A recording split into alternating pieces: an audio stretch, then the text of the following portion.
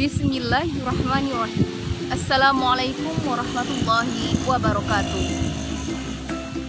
Baiklah, saya akan membuat video mengenai tugas mata kuliah Fikih Muamalah dan dosen pembimbingnya yaitu Bu Hilma Nafsiyati MA. Nama Khairati Ismi, NIM 1801051, semester 7B. Yang tugasnya yaitu soal yang pertama. Coba saudara jelaskan apa yang saudara pahami tentang pembahasan fikih muamalah.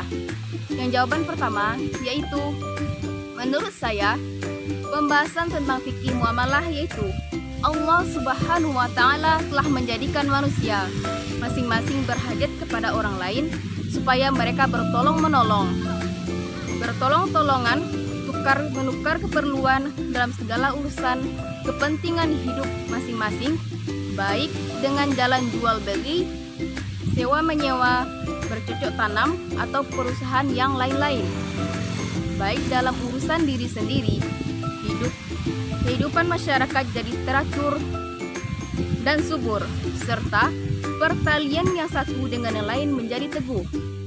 Akan tetapi, oleh karena sifat lobo dan tamak tetap ada pada manusia, suka mementingkan diri sendiri, agar supaya hak masing-masing jangan sampai tersia-sia, dan juga guna menjaga kemaslahatan umum, agar pertukaran dapat berjalan dengan lancar dan teratur.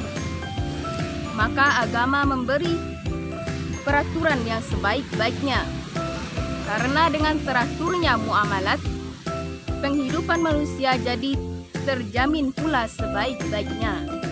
Perbantahan dan dendam-mendendam tidak akan terjadi. Selanjutnya, dalam nasihat Luqmanul Hakim kepada anaknya, "Hai anakku, berusahalah untuk menghilangkan kemiskinan dengan usaha yang halal. Sesungguhnya orang yang berusaha dengan jalan yang halal itu tidaklah dia akan mendapat kemiskinan, kecuali apabila dia telah dihinggapi 3 penyakit. Yang pertama, tipis kepercayaannya kepada agamanya. Dan yang kedua, lemah akalnya. Dan yang ketiga, hilang kesopanannya." Jadi, yang dimaksud dengan muamalat, tukar-menukar barang atau sesuatu yang memberi manfaat dengan cara yang ditentukan, seperti jual beli, sewa menyewa, upah mengupah, pinjam meminjam, urusan bercocok tanam, berserikat, dan lain-lain usaha. Aturan jual beli. Jual beli yaitu menukar suatu barang dengan barang yang lain dengan cara yang tertentu, yaitu akad. Terdapat dalam firman Allah Quran surat Al-Baqarah ayat 275 yang berbunyi, "A'udzu billahi minasy syaithanir rajim. Bismillahirrahmanirrahim. Wa halallahu al-bai'a wa harrama ar-riba." Yang artinya, Allah telah menghalalkan jual beli dan mengharamkan riba. Quran surat Al-Baqarah ayat 275. Yang selanjutnya terdapat juga dalam firman Allah Subhanahu wa Ta'ala dalam surat An-Nisa ayat 29 yang berbunyi, "A'udzu billahi minasy syaithanir rajim. Bismillahirrahmanirrahim. La ta'kulu amwalakum bainakum bil batili illa an takuna tibaratan an taradin minkum." Yang artinya, janganlah kamu makan harta yang ada di antara kamu dengan jalan batal, melainkan dengan jalan jual beli, suka sama suka. Terdapat dalam firman Allah, Quran surat An-Nisa ayat 29. Itulah jawaban nomor 1. Ini yang selanjutnya yaitu soal nomor 2. Jelaskan di mana letak perbedaan fikih muamalah dengan fikih ibadah.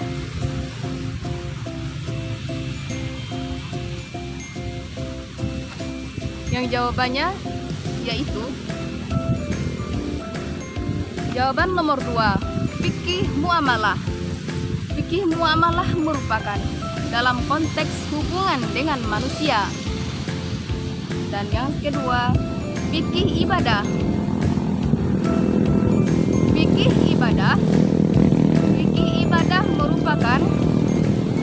ibadah merupakan dalam konteks hubungan dengan Allah, sulit untuk mendapatkan ridhonya Allah dalam meningkatkan iman dan takwa. Sedangkan muamalah selain itu juga memberi kemaslahatan kepada sesama manusia. Jadi, perbedaan antara fikih muamalah dan fikih ibadah, fikih muamalah merupakan hablum minan nas, yaitu hubungan manusia dengan manusia, sedangkan fikih ibadah ialah hablum minallah, hubungan manusia dengan Allah.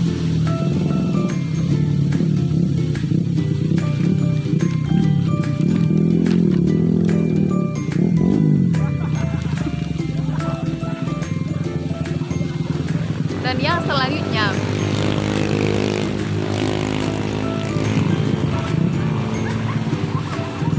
menurut pendapat Rais Syuriah PBNU Kiai Haji Afifuddin Muhajir menjelaskan, menurut pendapat Rais Syuriah PBNU Kiai Haji Afifuddin Muhajir menjelaskan, yang pertama, adanya perbedaan antara fikih ibadah dan muamalah. Yang pertama, fikih ibadah merupakan fikih yang mengatur hubungan manusia dengan Allah atau dengan Tuhannya.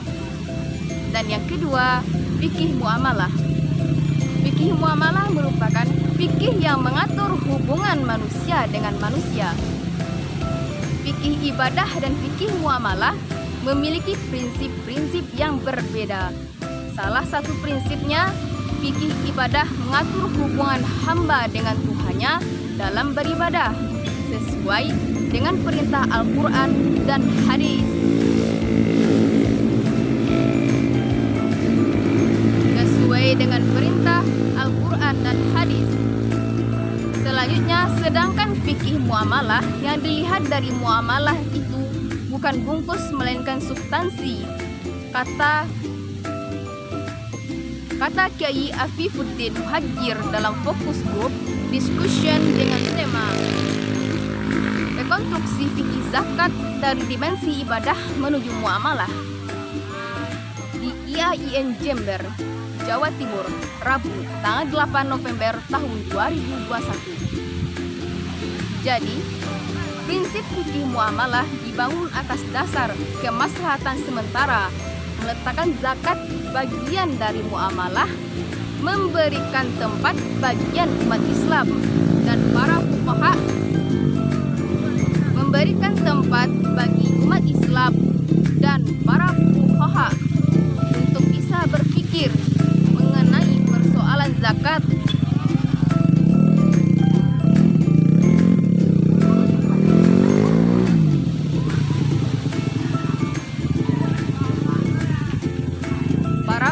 Untuk bisa berpikir mengenai persoalan zakat. Dan untuk selanjutnya, soal nomor 3. Soal nomor 3 yaitu akad merupakan persoalan penting dalam fikih muamalah. Coba saudara jelaskan apa yang dimaksud dengan akad dan bagaimana jika akad tidak jelas, disebutkan atau dijelaskan secara detail dalam kegiatan muamalah, sertai dengan contoh. Baiklah, jawaban nomor 3 yaitu akad merupakan persoalan penting dalam fikih muamalah. Akad menurut para ulama mazhab, yaitu akad berasal dari bahasa Arab akad, yang secara bahasa memiliki beberapa arti, yaitu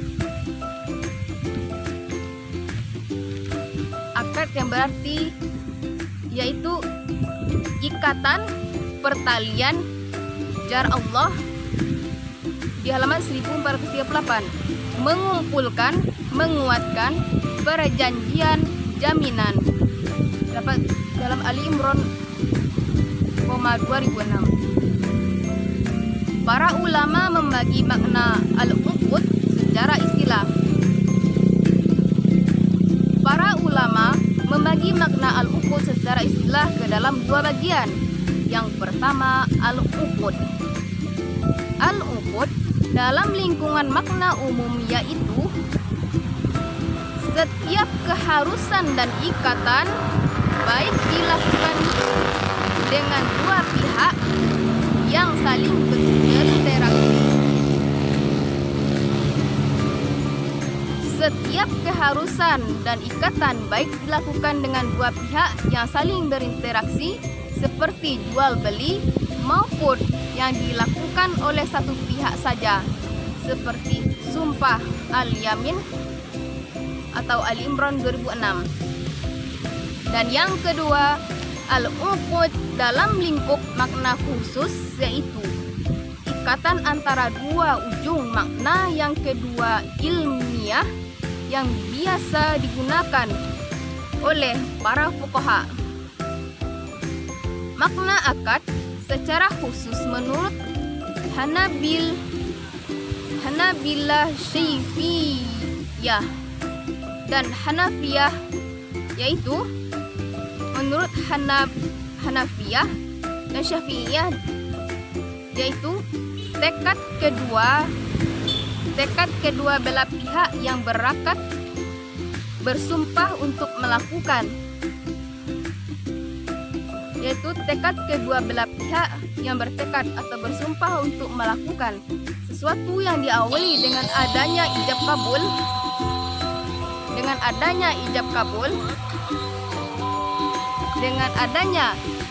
kabul, sumpah untuk melakukan sesuatu yang diawali dengan adanya ijab kabul atau jar Allah, atau di halaman 1438. B. Akad tidak jelas disebutkan ataupun dijelaskan secara detail dalam kegiatan muamalah,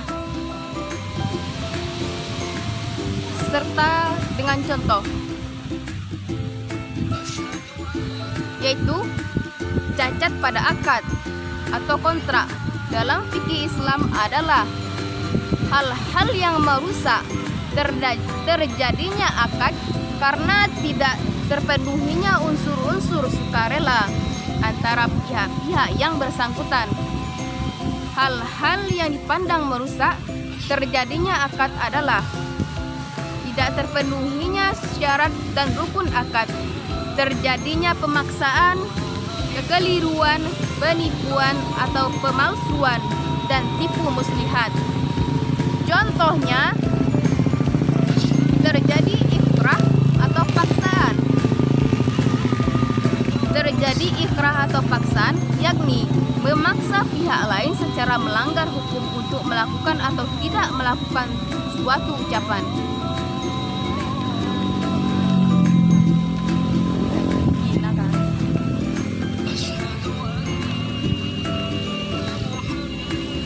Tidak melakukan suatu ucapan atau perbuatan yang tidak disukainya dengan gertakan atau ancaman sehingga menyebabkan terhalangnya hak seseorang untuk bebas berbuat dan hilangnya kerelaan.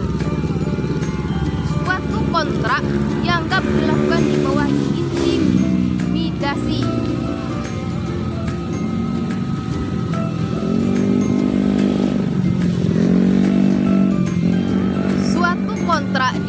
Suatu kontrak dianggap dilakukan di bawah intimidasi atau paksaan bila terdapat hal-hal seperti yaitu yang pertama, pihak yang memaksa mampu melaksanakan ancamannya, dan yang kedua, orang yang diintimidasi bersangka berat bahwa ancaman itu akan dilaksanakan terhadapnya.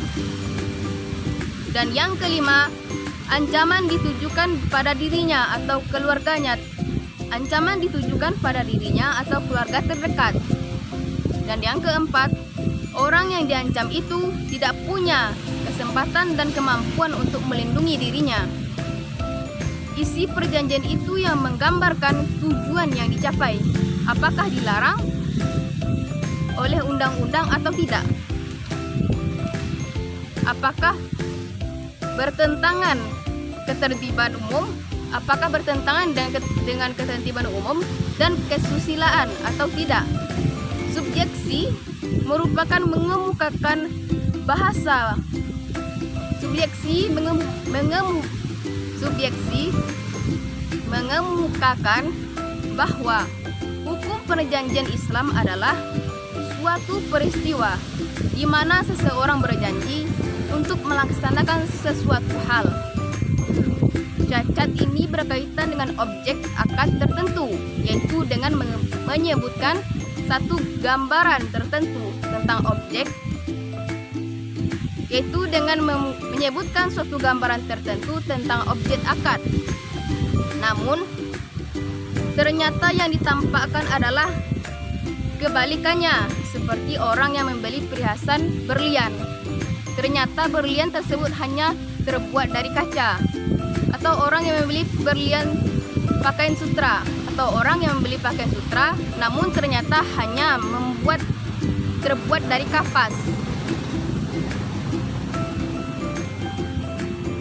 Orang yang membeli pakaian sutra namun ternyata hanya terbuat dari kapas.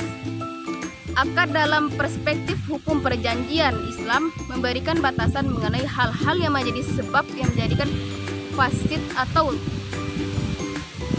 cacat suatu akad, yaitu yang pertama, paksaan, dan yang kedua, penyerahan yang menimbulkan kerugian, dan yang ketiga, penipuan atau gharar, dan yang keempat, syarat-syarat fasid, dan yang kelima, riba, dan yang keenam, tidak terpenuhi syarat dan rukun akad. Tidak terpenuhi syarat dan rukun akad. Itulah jawaban nomor 3.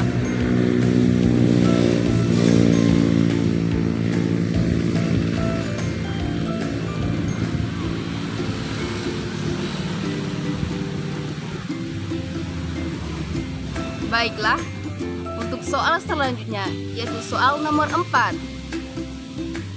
Jelaskan contoh muamalah yang benar menurut hukum Islam. Yang jawaban nomor 4 yaitu yang pertama, A. Pernikahan, B. Jual beli, C. Sewa menyewa, D.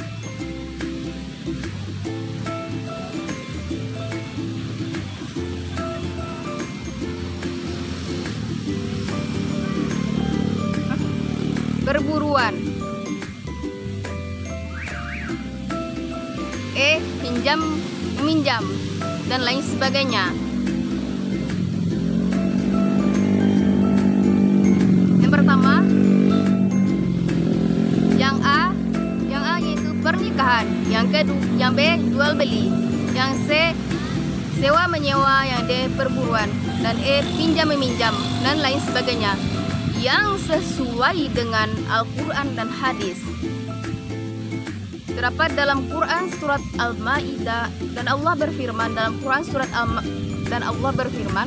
Quran surat Al-Maidah ayat 1 tentang kewajiban memenuhi perjanjian dan kesepakatan. Tentang kewajiban memenuhi perjanjian dan kesepakatan yang berbunyi, A'udzu billahi minasyaitonir rajim. Bismillahirrahmanirrahim.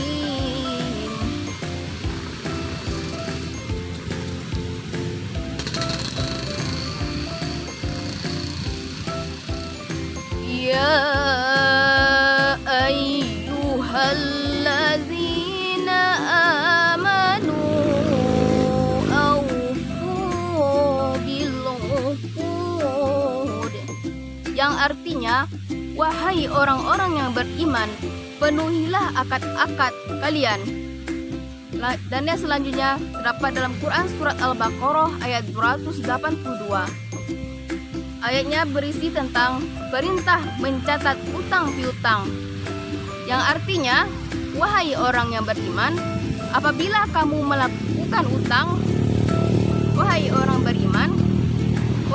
yang beriman, apabila kamu melakukan utang piutang untuk waktu yang ditentukan, hendaklah kamu menuliskannya.